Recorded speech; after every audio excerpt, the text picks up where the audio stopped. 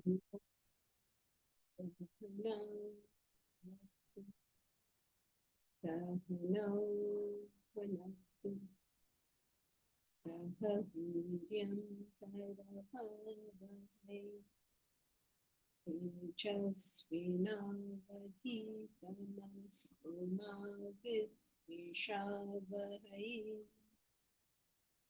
Om Shanti Shanti Shanti.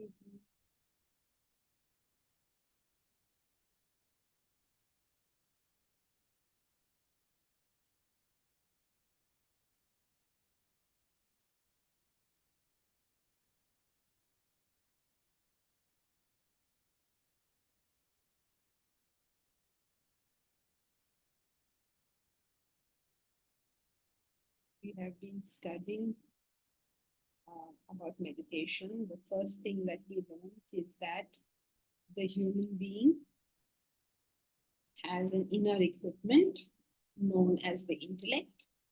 This is different from all animals. I mean, animals have only a very rudimentary intellect. So, human beings have an intellect. That intellect is of two types, gross and subtle.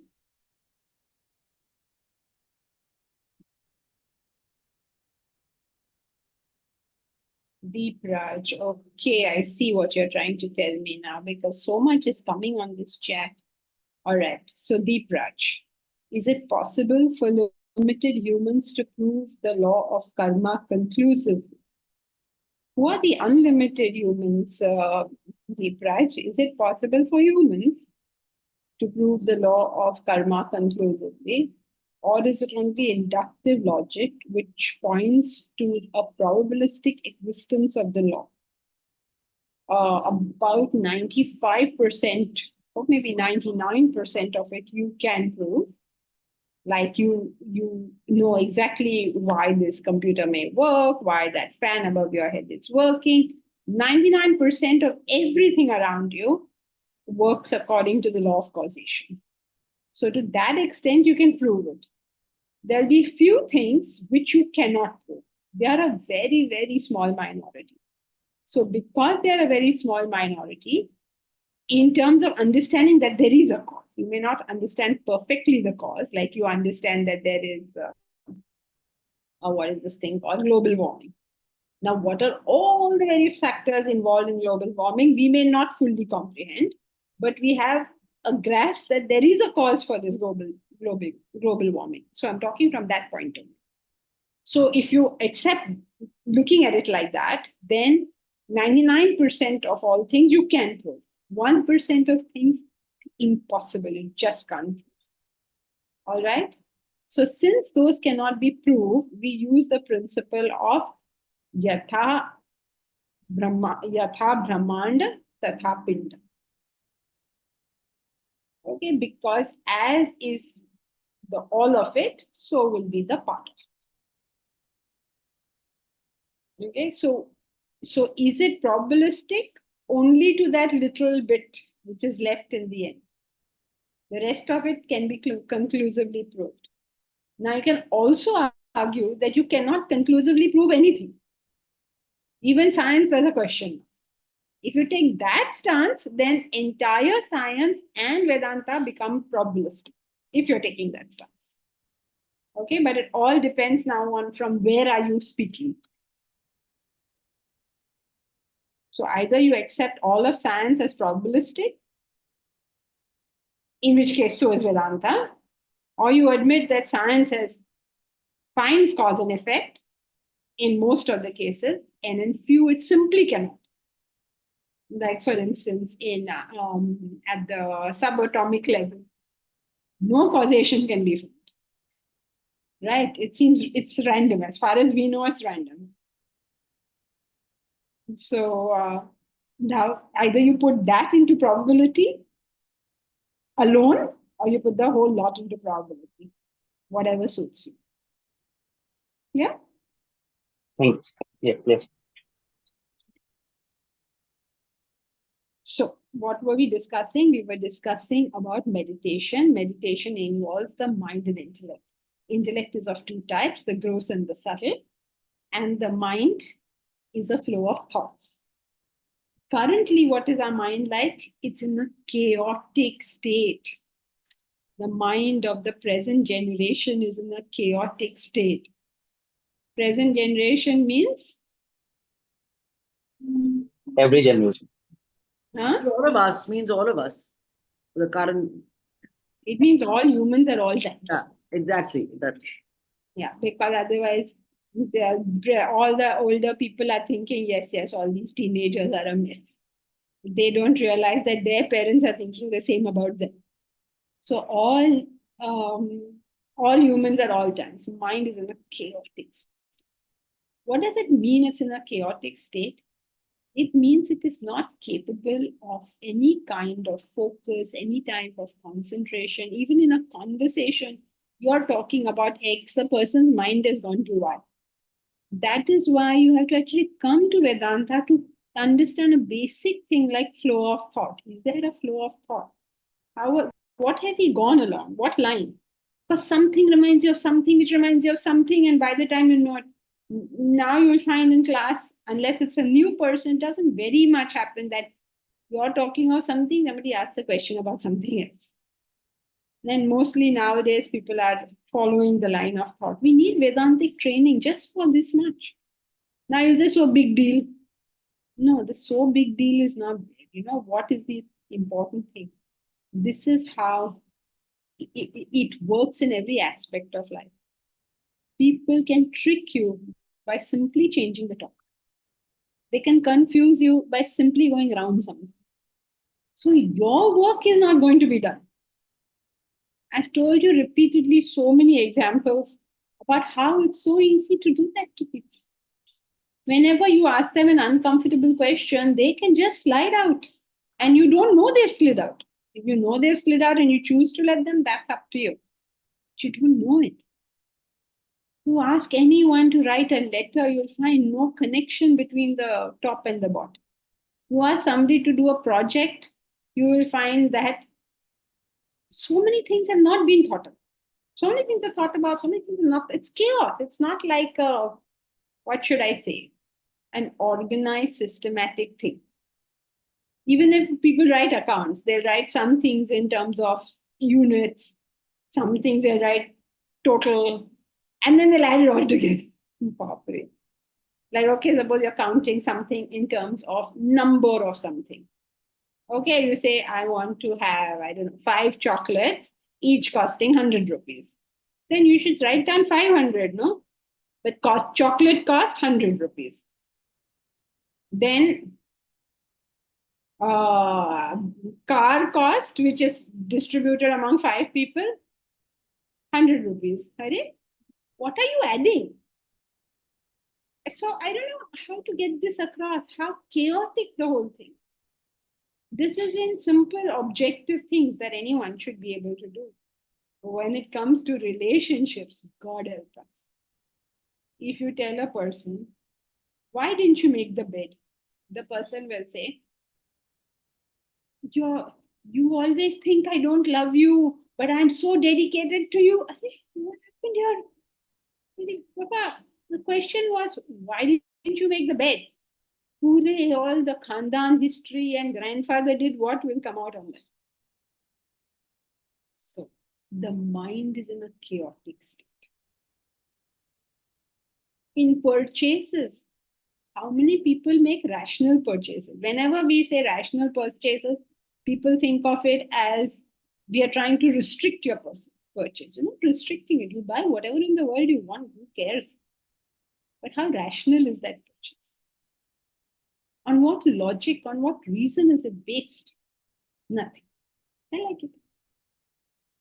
Which is also okay, but at least check whether you can afford it. You can buy whatever you can afford at least. Itna to dekho. So the mind of the generation is in a chaotic state.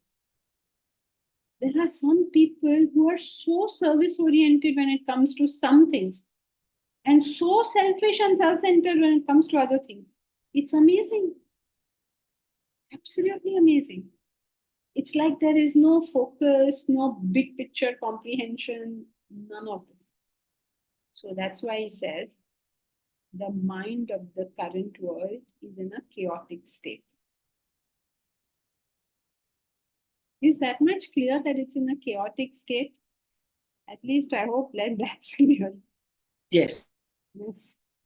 It's very chaotic, very, very chaotic. You have no idea how many people come over here and start a project, leave it halfway, do something else, start another project.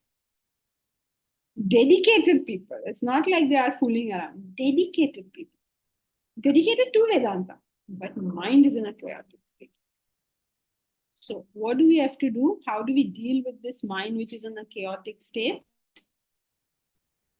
3 yogas. We do the 3 yogas. Very good. Do the 3 yogas day after day consistently.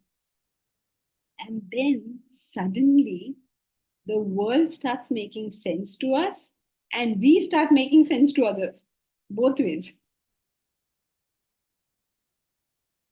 And things don't just appear so complicated after all. When you have reached that stage, that means the chaos in the mind is reduced, and therefore now the mind can be trained to focus. After all this, imagine how many years have gone in Karma Bhakti Niyam.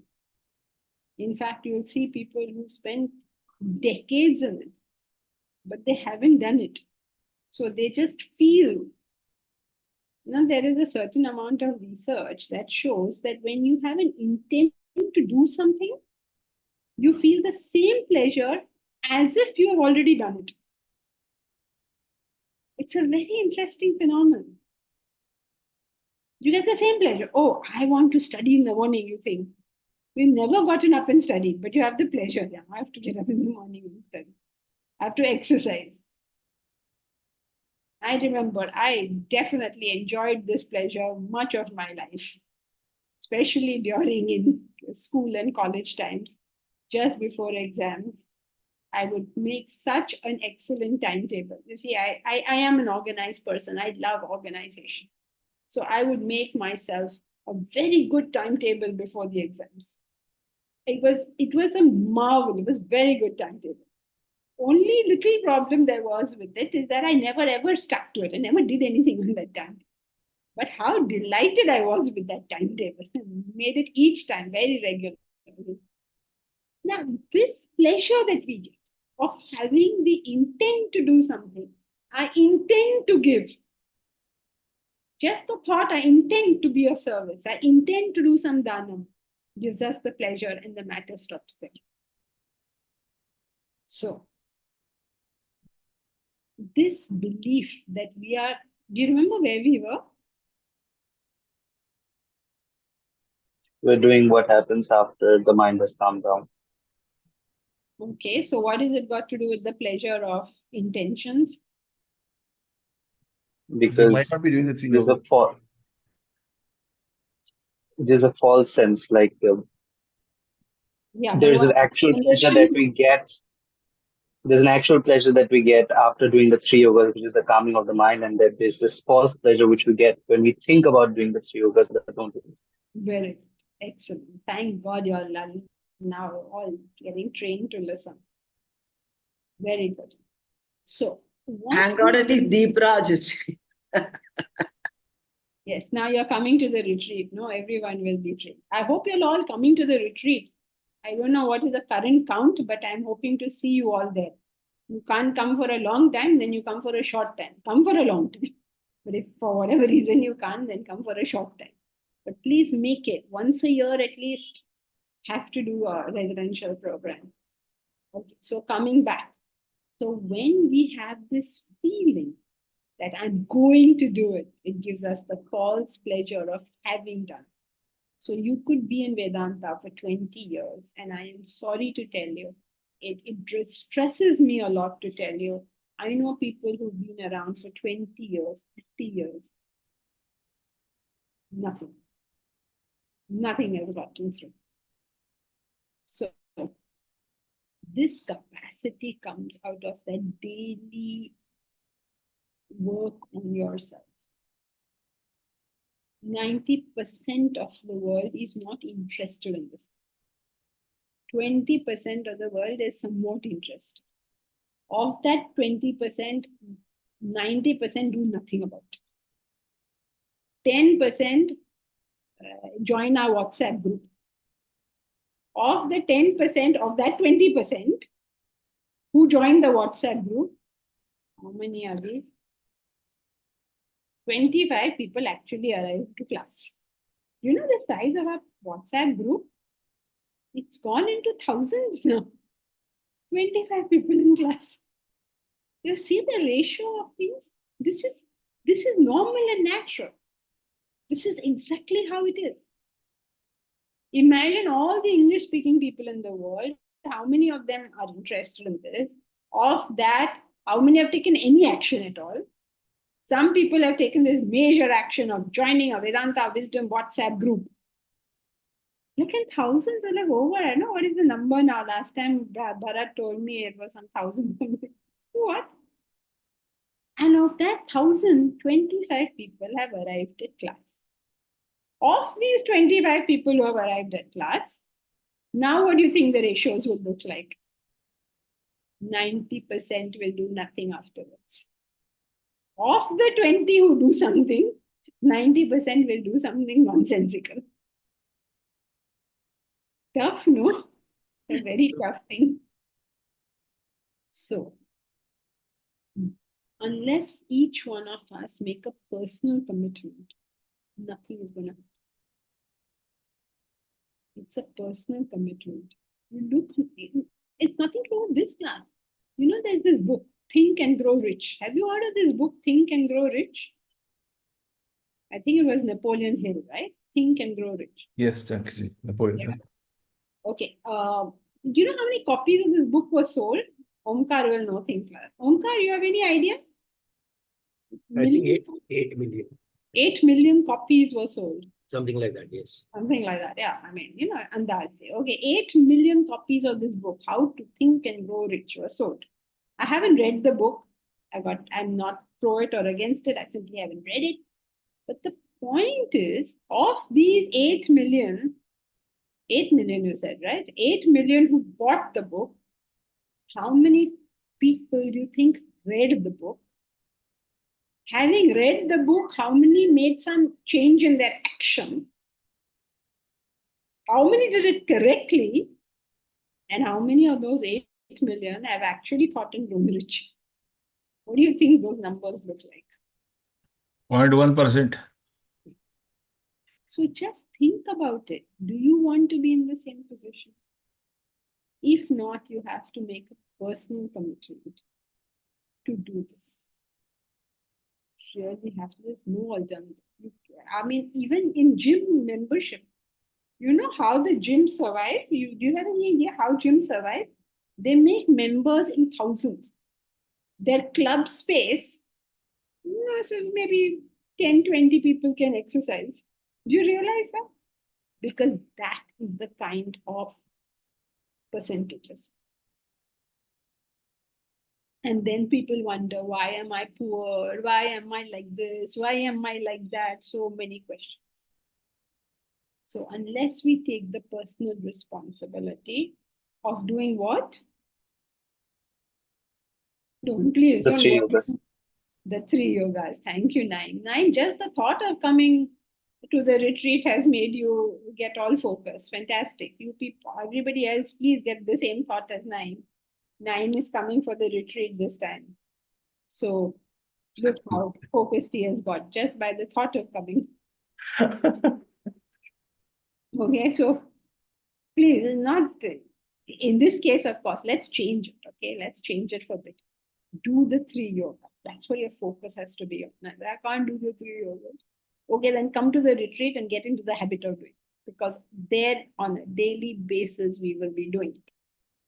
So, but the important thing is the personal commitment, because you may come to the retreat and then spend time gossiping. Oh, this food is so good, or this food is not so good. When are we going to go out now? Which movie are we going to see? To 2 weeks in the year dedicated solely to Vedanta, solely to self-development. Nothing else counts. So we get food, don't get food, I don't care. I'm going to focus on this. And then hopefully we learn to do this all the time. That I have one interest in this world, and that is development of the self. Nothing else is worthy of being done. Oh no, my daughter has to get married. Get your daughter married as an act of self-development. That marriage will go better. No, I have to still give my engineering exams. Then give your exams as an act of self-development. Your exams will go better. Whatever it is in the world, but it is all dedicated to one final goal. So once you do that, the condition of the mind improves. Today, our mind is like a sponge. All the dirty water of the world goes in. When it stabilizes, you'll become like a lotus. You can be surrounded by anything. The purity of your mind is not good. So that chaotic mind has to come into a stabilized state. When it comes into a stabilized state, you become capable of concentration. Otherwise, it's not like everything like a sponge, everything is coming in. How can you pay attention to anything? Because everything you can see. Remember Arjuna? Remember the story? All of you know the story? Dronacharya had taken all the Kauravas and the Pandavas for a practice session of shooting. And then he called the first guy. And the first guy called named Bhima. And said, and he had put a bird on the tree, a false bird on the tree. So what do you see? So Bhima said, I see the bird and the trees and the clouds and the sun, and it's such a beautiful day. Everything has gone in. Said Yudhishthira, what do you see? I see the tree, Yudhishthira said, and I see the bird. Then he said, Arjuna. And he didn't let Bhima shoot the arrow. He didn't let Yudhishthira shoot the arrow. And then Arjuna came. He said, Arjuna, what do you see? Arjuna said, I see the eye of the bird.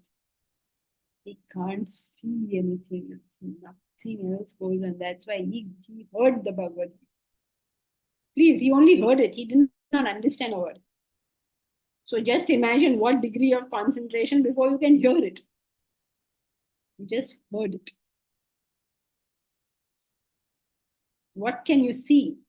Said Dronacharya. He said, I can only see the eye. He couldn't see anything else. That is called concentration.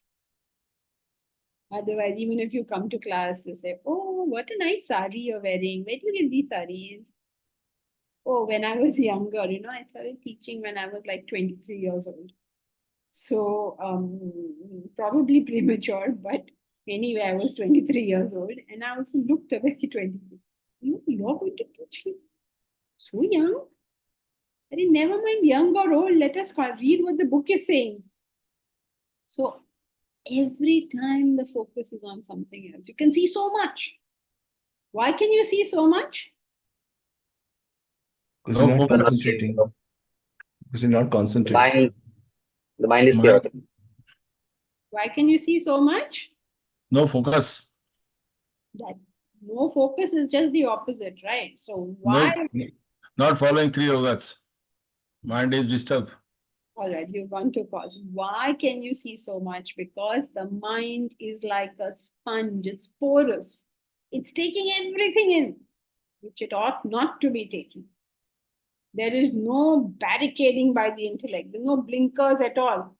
ये भी देख रहा है, ये भी देख रहा है, सब दे दो, देख रहे हैं, चाहिए भी सब कुछ आ जाओ सब कुछ. And then you have a big पहाड़ and then you say, अरे बाप रे, मेरे पास इतना बड़ा पहाड़ है. अरे कैसे हुआ? You collected your pahad, then you will have a pahad. It's porous, it takes everything in. Sharp. What are you trying to do? Just focus on what you're trying to do and take in every information that pertains to what you're trying to do. That doesn't mean you become obsessive. So tough to talk Vedanta because whatever we say, we need to understand the opposite. So once you've reached the stage of concentration, then you can do a highly concentrated form of concentration, and that is known as meditation. What is the difference between concentration and meditation? Concentration is when the intellect keeps the mind on a field of activity. Meditation is when the intellect keeps the mind on a single thought. Can you see the difference in the caliber of these two things? Like if you're able to keep your mind in the class for 1 hour, the full time, and not required to switch off your video because your mind has gone somewhere else. When you're able to keep your mind on a field, like in this class, you've for the whole 1 hour kept your mind here. That's concentration. But if in this class we only chanted the mantra Om for 1 hour and you were able to keep your mind there, called meditation. There is as much difference in concentration and meditation as there is between an unfocused person and a focused person. This is a long journey.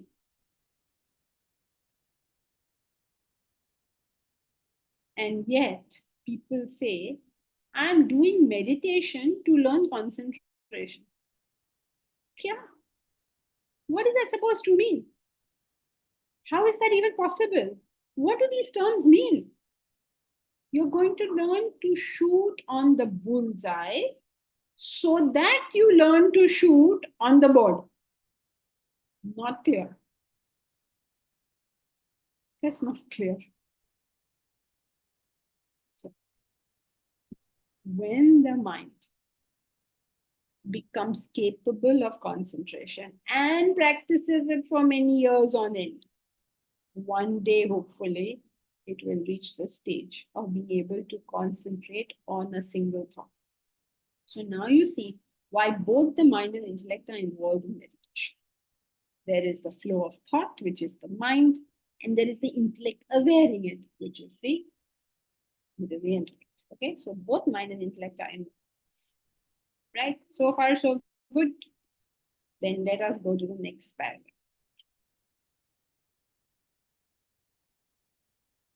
Deepak, where are you listening from? You're muted. I'm from Delhi. You're Delhi, okay.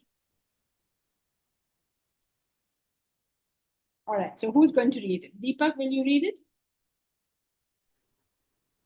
Yes.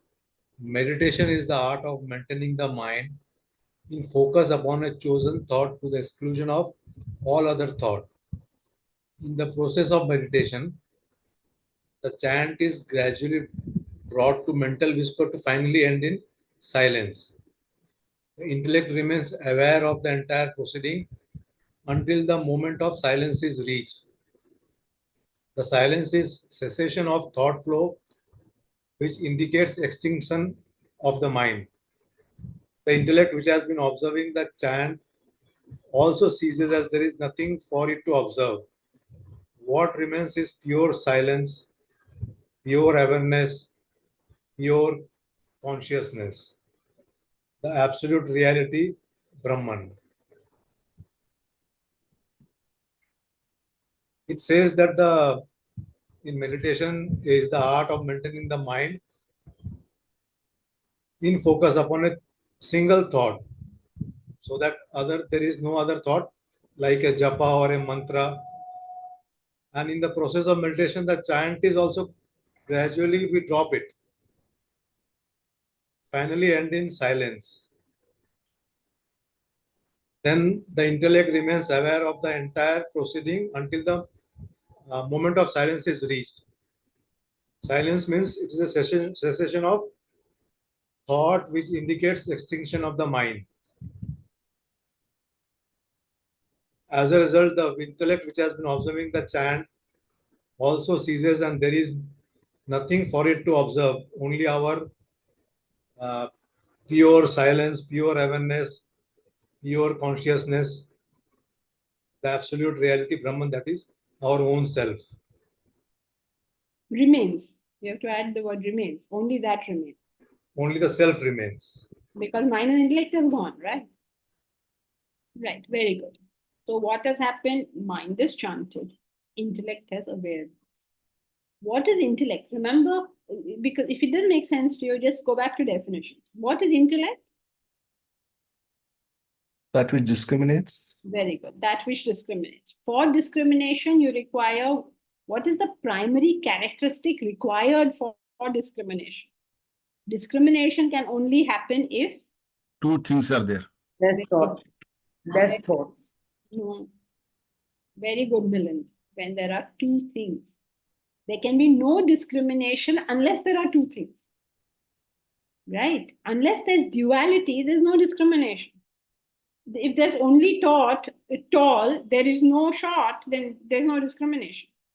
If there's only black but no white, then what are you going to discriminate? Discriminate is being able to tell two things apart. Right? So there has to be the condition of duality for discrimination to take place. What was happening earlier? The mind was chanting. Okay, it was Om, Om, Om, or whatever chant you want. So the chanting. What are the two things? There is the sound of Om, there is silence. Two things are going on, right? There's Om, there's silence. Therefore, the intellect has a role. When it goes into silence, the mind has ceased its activity completely. The intellect has no role to play because there aren't two things. Now what is there? Only the self. This is the state of realization, okay? If you just sit like that silently for 2 minutes, don't think that you have reached realization. In the final state, the description of the final state. When you do the chant, and the chant merges away into silence. There's no chant, so there's no flow of thought, so there's no mind. There is no duality, so there's no intellect. And what remains is the self. Right? So what is meditation? You keep the mind on a single thought. Intellect awares it till the chant fades into silence. So mind is gone. No two things. So intellect is gone. What remains is the self. This is the process up to realization. Okay? Yeah, Deepraj. So initially, because we have built that desire for that symbol, the Om symbol. So even though there's a silence in between, it pops up again because of the desire. And we keep repeating it till the desire kind of vanishes and it never pops up again. Yes. That Om thing never pops up again. That's the process. That's the process. Now, this will only work under a particular condition, that there is no other desire. That is what most people don't seem to get. So they say, okay, let's do meditation and wait. How can you remove all desires unless you bring it first to one desire? Of course, that doesn't mean that you can meditate. Just be careful about it, because it doesn't mean you can meditate only when you have one desire. Even if there are few desires, you get into that thing. You start the process. It's not that you. But it has to necessitate that one desire has to be stronger than every other desire we have. No. Finally, if you have to realize the one desire only has to be. You can start meditation a bit earlier when there are few desires, because you have to get used to a new process also, right? You don't have to get used to the process. You can start early. Like suppose you are studying mathematics. You are in 11th standard. Okay, and the 12th standard is not yet started. You have 2 months. You can open your books and do, right? For 12th standard. Not necessary that only when the year starts I will do it. So you can start a little early, but that doesn't mean that you're going to get the result of it. You are just getting used to it. Okay. Yeah, that you don't get the result of it, but you're getting used to it is, yeah. What is the difference between japa and meditation?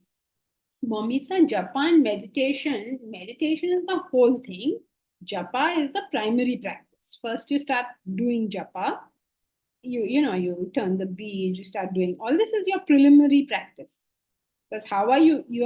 Remember now you're trying to focus on one thought. It's not going to happen just like that. You're going to have all these preliminary practices happening. So your japa will continue to the seat of meditation, but will start a little earlier. And we Meditation can, is sorry. when it reaches the silence finally.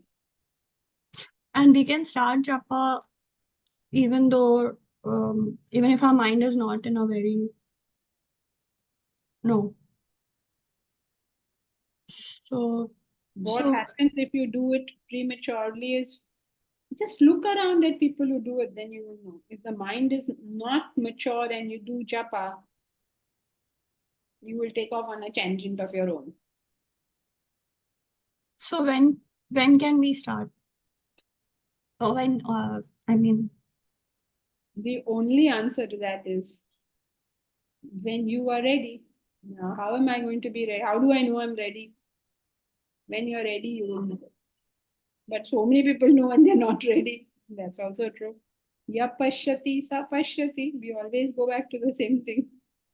He sees it. It's so easy to not understand this stuff. So easy. So when you're ready, you're ready. You know you're ready.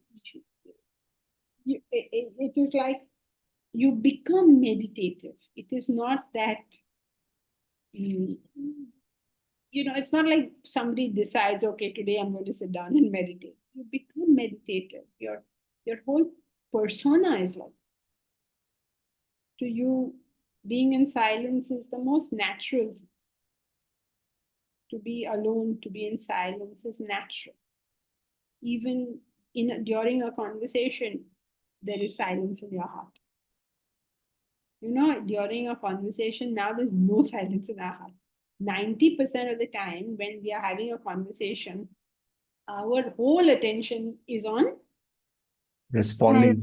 There's no silence in our heart at all. So, silence in your heart at all times, whether you're cooking or having a conversation or watching a movie or whatever on earth you're doing, playing a sport, that silence in your heart is there. There's not going on. And then you just slip into it.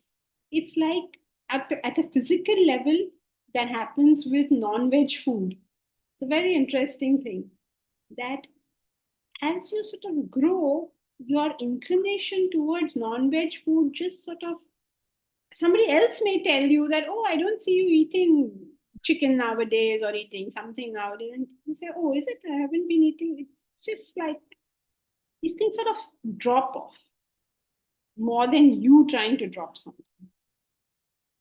At the physical level, some things will drop away. So similarly, at the mental level, all that mental anxiety and rushing and all that just sort of is gone.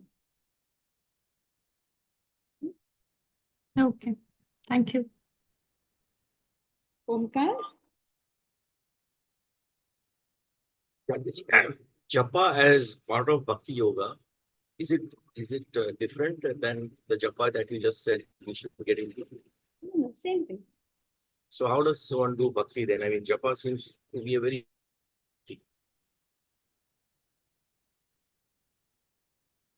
I mean, How do every yoga has its earlier portions and later portions, right? So how do you do it? You listen to bhajans, you listen to. It is bhakti yoga whenever your emotions are engaged towards the higher. Every time you do that, you're doing bhakti yoga. How do you do it? Means each one will do it based on whatever's engaging his emotion.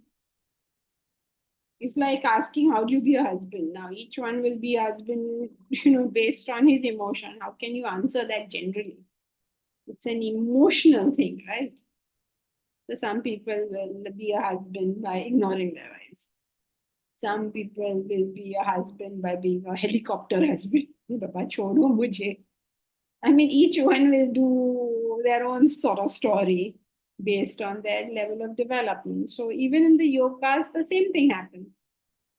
Some people at Karma Yoga in the earlier stages, they are there to do something and to change the world and all. Like, these people are not doing it right and I am doing it right and they are, it's too much internal story going on. More internal story than external story going on. But that's fine, right? Because that's correct for that age.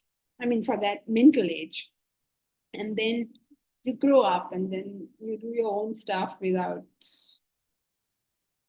having a comment on others. Then, I mean, in every yoga, there'll be how you do it in the beginning, how you do it in the middle, how you do it later on. So in bhakti also, in the beginning, you're dancing on the streets. You have to play dham, dham, dham. What is that song? It's so good. It's such a good representation. Deva o Deva, Ganapati Deva, tumse behtar kaun? और तुम्हारे भक्त जनों में हमसे बेहतर कौन? This is the early stages of the bhakti yoga. You are the greatest, and who is next? Me. I'm next. So, all this is like early stages of spiritual of that yoga, and that's fine. So, and then the person subtilizes, right? That's very different from, I don't know, Ram Prabhu ki bhadrata ka, sabhyata ka, dhyan kariye. Two different things, right? So, have I answered your question, Omkar? Yes, but I'm not very clear about what did you recommend with regard to not doing japa? I mean, I'm not that very clear. I think when you said japa in reference to the procedure of meditation, you recommended not to do it. But if his japa is done, let's say emotionally, it's something that you do as part of your bhakti. You mean you're engaging your emotions? Yeah. Like, I mean, in a lot of practices, they ask you, I mean, we do the mala 108 times, you say the name of the Lord as a daily ritual kind of a thing. And it kind of feels good also. So is that different? Is that japa different? It's very difficult to say what exactly you're saying, but the japa I have seen as Om, Om, Om. Arey, Jake lena, gas band hai kya? Yes, that is japa. Okay. This is not japa. Not japa. I mean, if this is what you're meaning, yeah, this is fine. That kind of thing is fine, actually, because you're not overexerting your mind. जा रहे हो क्या? कोथमीर लेके आना आते समय. Oh, what is going on? But that is okay. There's nothing wrong with that. But if you struggle and you're like, no, I have to concentrate, that will damage your mind. All this, वो भी घर का भी काम चल रहा है, जपा भी चल रहा है, ये सब ठीक है. That's all okay. That won't damage you. Won't do you much good, but it won't damage you either. But if you struggle to concentrate, like, I'm not going to let my mind move from this, and you could damage yourself.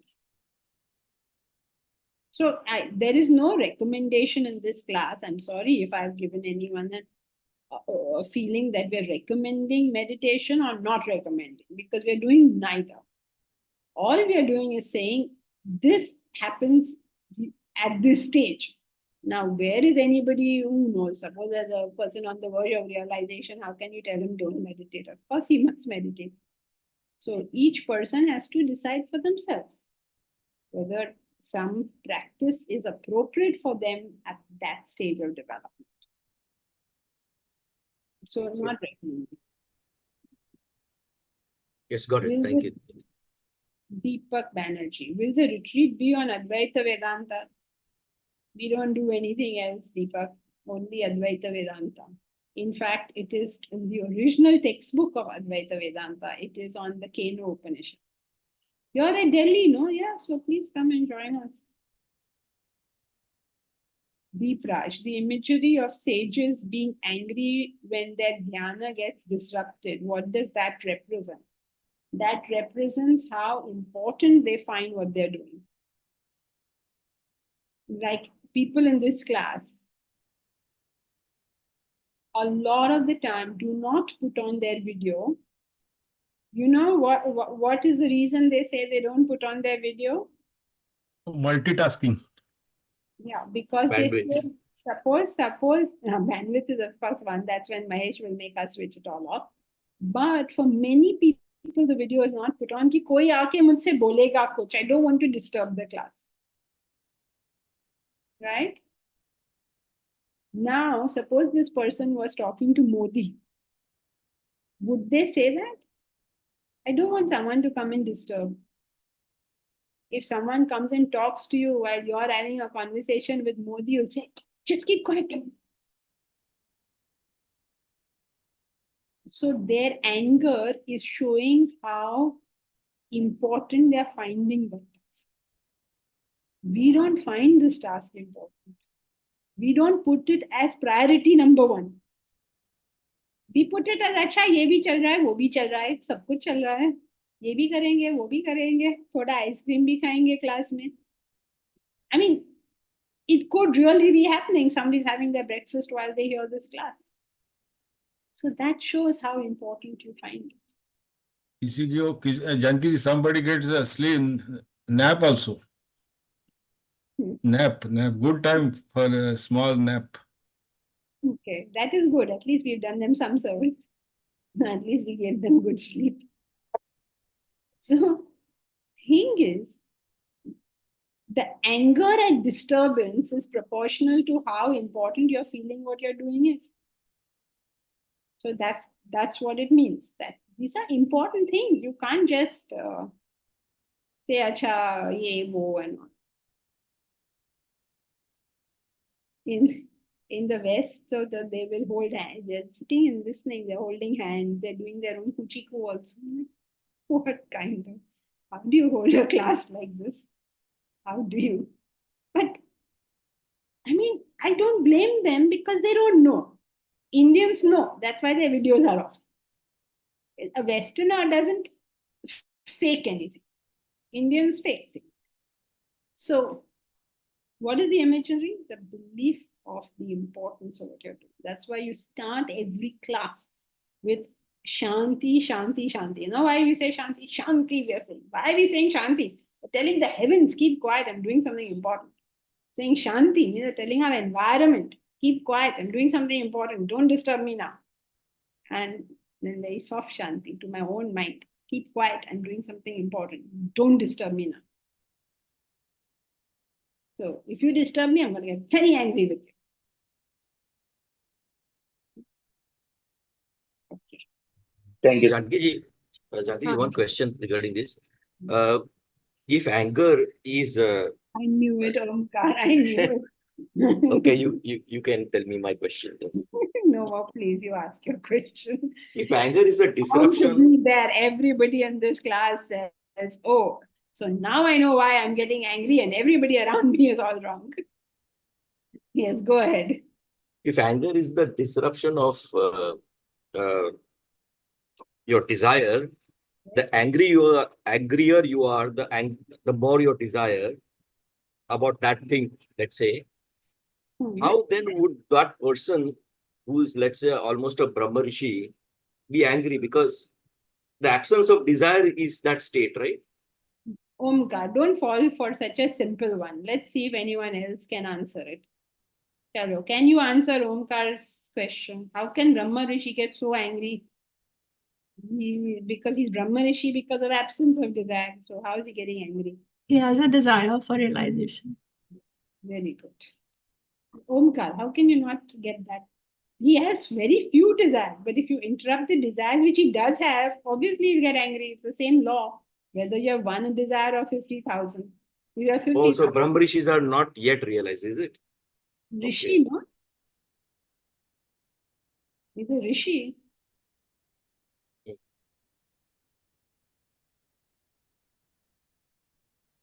Bhargavi. Where are you, Bhargavi? After a long time, I've seen Bhargavi's name. Where are you? Ah, there you are, Bhargavi, after a long time. I'm Shanti. I suppose you mean, is Shanti the prayer for removing obstacles? It's not removing obstacles. It is sort of showing your own intent that I'm not going to be disturbed no matter what happens. We don't,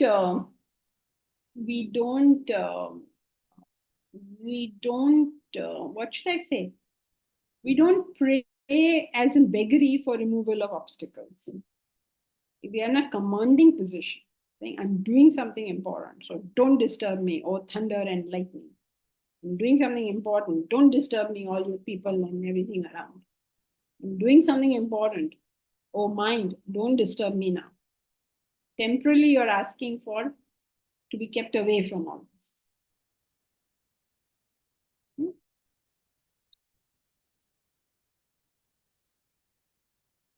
Right. So who will read the next paragraph?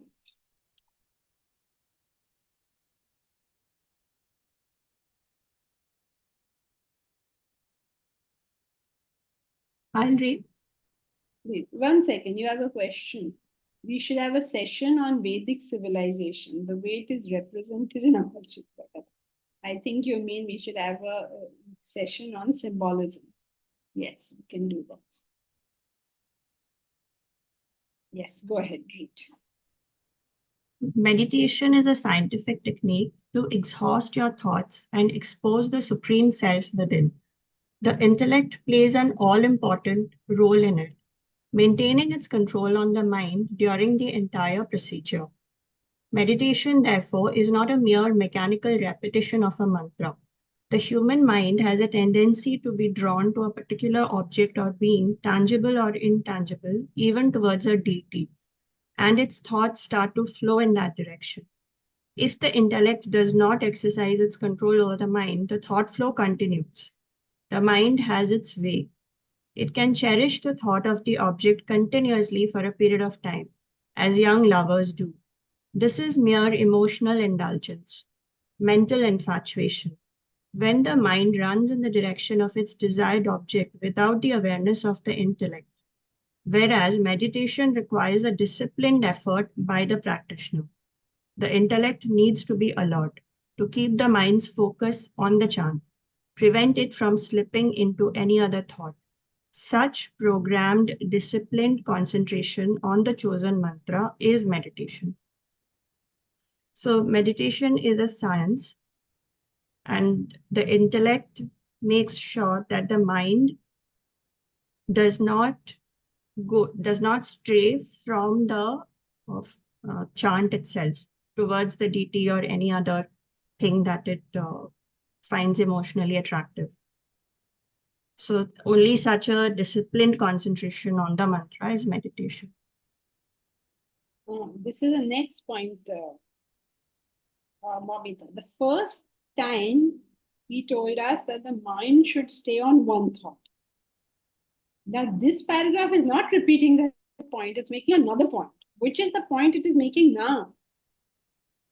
The intellect's control over the mind.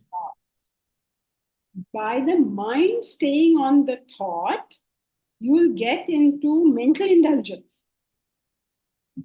Okay, so that's the point he's making now. He said two equipments are involved in your meditation. One is the mind, one is the intellect. So what is the mind to be? What is to happen to the mind? It is to go in the direction of that one thought. Okay, but the intellect has to aware this. If the intellect doesn't aware it, it becomes indulgence, emotional indulgence. And the consequence of emotional indulgence is More desires. increase in desire. So meditation is a scientific technique. Is a technique by which you have to eradicate that thought, right? So the first paragraph talks about it being on one thought. The second paragraph talks about it being on one thought means thinking of the deity, which is your mantra. Suppose it's Ram, Ram, whatever, or Krishna, Krishna, Narayana, whatever, Hare Ram, Hare Krishna, whatever it is. Then your intellect must aware this. Otherwise, it will become indulgence and the desire will not drop. Okay, so this paragraph is about the importance of intellectual awareness of the single thought. How is that different from the mind focused on the mantra instead of straying to anything else? Focusing is only one part of meditation. I mean, the mind being on the mantra is only half of meditation. If it does only that, that's the example he gave of two lovers, they think of each other. They're only thinking of each other, they're only there.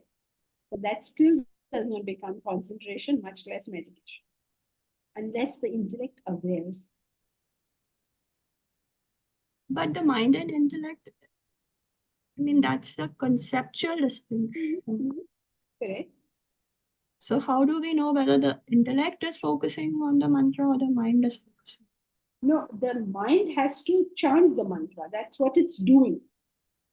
The intellect is focusing it. Okay, take a easier example, right? You are in class, you're listening to the ideas, right? Now, there is a certain, your mind is interested in the ideas, it will stay with you. But that doesn't make it concentration, right? How do you know? Because then, even if your mind didn't go anywhere else in the class, okay, but asked you what is the flow of thought, you still won't know. So you'll hear people say things, oh, it's a very good class. So the other person will say, Acha, to kya bole? You think, oh, aap aake suno. You can't say what. What Yeah. is the point the person made? The mind is interested, but the intellect hasn't aware. So similarly in meditation.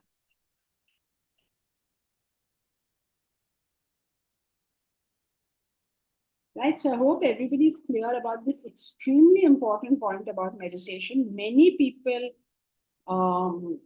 many people have this issue that they think that if I just do Ram Nam or any japa, I am meditating.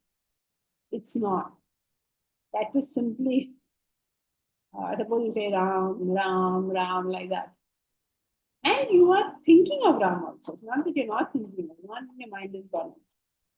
But the mind loves Ram. So therefore it says Ram effortlessly. This is called mental indulgence. Janki, you did trance, no? It's trance. If you do a lot of it, you'll go into trance. You've seen, no, in the mandirs, sometimes people go like that. So they love the deity and then it switches over to trance. If you're only loving, then it's mental indulgence. And if it goes into absolute single pointedness, you'll go into trance. Yeah, Deepraj? So there was a point where it said the intellect keeps the mind from slipping into any other thought. At the point of, I mean, at the point of meditation, it is assumed you have only one desire. So what does it mean that the mind doesn't slip into any other thought? Because the Meaning like, you've started all the early.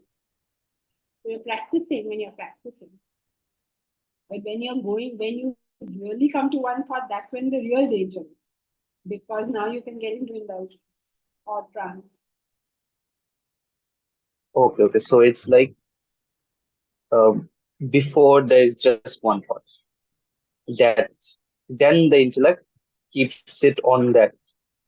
When there is genuinely only one thought, then the intellect awares it and prevents it from becoming mental indulgence. Got it. Thank you. Jaya Chandran. Is it true? Some intellect is not a good character, but meditation makes all intellects pure and good character. No, we can't go backwards. We have to go forwards. First, we have to purify and then come to meditation. Meditation cannot purify you. Meditation is like using Lysol on the floor. Now you cannot use Lysol on the floor when you're gonna go down and things have been thrown in. First you have to throw the junk out. That is called self-purification. And meditation then is the Lysol that actually cleans the whole place out completely. Lysol or any strong liquid. As opposed to the broom, First you need a machinery to throw the stuff out. Then you need a broom to sweep out the dust. Then you will do pocha and clear it. It's like that. You can't say I'll start with pocha. It won't happen. I hope that's okay. Mamita, daily introspection helps develop intellect. So is it important as morning study? Daily introspection doesn't help develop the intellect. It only makes the intellect available. Whatever you have becomes available. To develop it further, you need morning study. Then Okay. what is the purpose of daily introspection? To make what intellect you have, daily introspection, talking about the 5 minutes at night, right? You're talking about that. It is only to make the intellect you currently have available to you. We don't use what we currently have. And the most common example is you always know things after the event. You know how to answer somebody 5 hours after he has said what he wanted to say. You know whether you should have bought that object or not the next day after having bought it. So it's like a self-check. It is a self-check in the sense your intellect, which already has the knowledge, becomes available before action. Okay. Otherwise, we have done the action, the intellect is asleep. Then after a few hours, it wakes up and says, "Arey, wo kyun kiya?" Thank you.